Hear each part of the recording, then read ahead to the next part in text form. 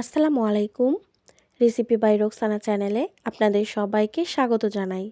আজকে আমি বানিয়ে দেখাবো একদম দোকানের মতো মুচমুচে এবং খেতে দুর্দান্ত স্বাদের পেঁয়াজু রেসিপি, এবং সেই সাথে দেখিয়ে দিব একবার বানিয়ে সারা মাস জুড়ে কিভাবে পেঁয়াজুগুলো সংরক্ষণ করবেন।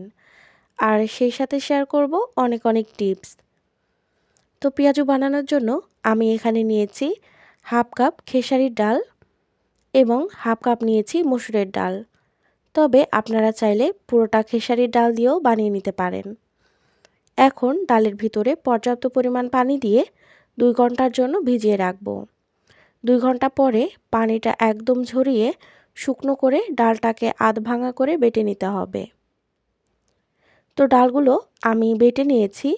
দেখতেই পাচ্ছেন ডালগুলো কিন্তু আমি একদম মিহি করে না বেটে একটু গোটা গোটা করে বেটে নিয়েছি।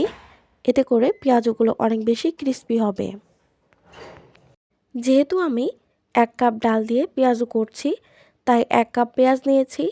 সেই সাথে দিলাম 1 চামচ কাঁচামরিচ কুচি, ঝালটা আপনারা আপনাদের স্বাদ অনুযায়ী দিয়ে দিবেন। আর দিলাম হাফ চা চামচ আদা বাটা, আর দিচ্ছি আদা বাটার অর্ধেক রসুন বাটা। 1 চা চামচ দিলাম চালের গুঁড়া, হাফ চা চামচ মরিচের গুঁড়া, 1 চা চামচের 4 ভাগের 1 ভাগ হলুদের গুঁড়া এবং 1 চা চামচের 4 ভাগের 1 ভাগ দিচ্ছি ভাজা জিরার গুঁড়া, আর সবশেষে অ্যাড করে দিব পরিমাণ মতো লবণ।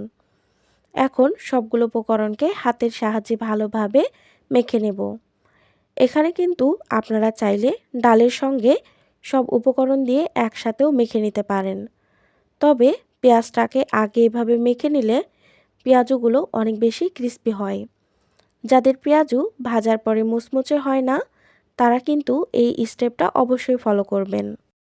উপকরণগুলো মাখানো শেষ। এখন ডালগুলো দিয়ে সব কিছুর সাথে আবারও ভালোভাবে মাখিয়ে নিব। আর পেঁয়াজু তেলে দেওয়ার ক্ষেত্রে হালকা একটু প্রেস করে তারপর ছেড়ে দিতে হবে। ডালটাকে মুঠি করে টাইট করে তারপর ছাড়া যাবে না। এতে করে দেখতে হয়তো খুব সুন্দর হবে, কিন্তু পেঁয়াজুটা দোকানের মতো মুচমুচে হবে না। হালকা প্রেস করে তেলে ছাড়লে পেঁয়াজুগুলো ক্রিস্পি হবে। এবারে চলুন এই ডাল বাটার মিশ্রণ দিয়ে পেঁয়াজু সংরক্ষণের সহজ পদ্ধতি দেখিয়ে দিই। সেজন্য চুলায় মাঝারি আঁচে তেল গরম করে ডুবো তেলে পেঁয়াজগুলো একে একে দিয়ে দিচ্ছি। সংরক্ষণের জন্য পেঁয়াজগুলো খুব বেশি ভাজা যাবে না। পেঁয়াজুর এক পাশটা যখন কিছুটা শক্ত হয়ে যাবে, সে পর্যায়ে উল্টে দিতে হবে। যখন মনে হবে পেঁয়াজগুলো উল্টে দেওয়ার পর ভেঙে যাচ্ছে না, তখন এগুলোকে তেল ঝরিয়ে উঠিয়ে নিতে হবে। বেশিক্ষণ ভাজা যাবে না। এবার এই পেঁয়াজগুলো পুরোপুরি ঠান্ডা করতে হবে। এই পেঁয়াজগুলো কিন্তু হালকা শক্ত করে ভেজে নিয়েছি, দেখেই বুঝতে পারছেন। এভাবে আধা ভাজা করে পেঁয়াজু ভেজে সংরক্ষণ করলে রমজানে আপনার সময় এবং পরিশ্রম দুটোই কমে যাবে। পেঁয়াজগুলো পুরোপুরি যখন ঠান্ডা হয়ে যাবে, তখন ঢাকনাযুক্ত বাটিতে ভরে ডিপ ফ্রিজে রাখলেই হয়ে যাবে।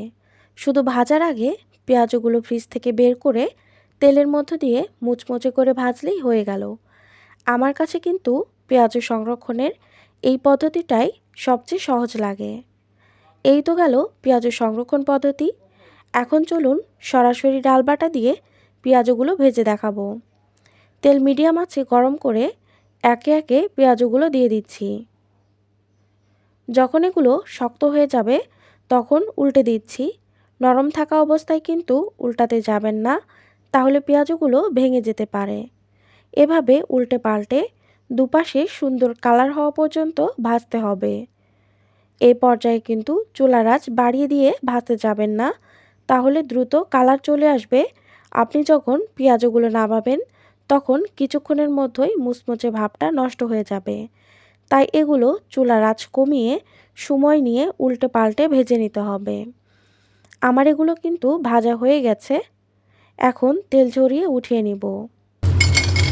এভাবে পেঁয়াজু বানালে দোকানের মতো মুচমুচে হবে এবং খেতেও হবে অনেক বেশি মজাদার।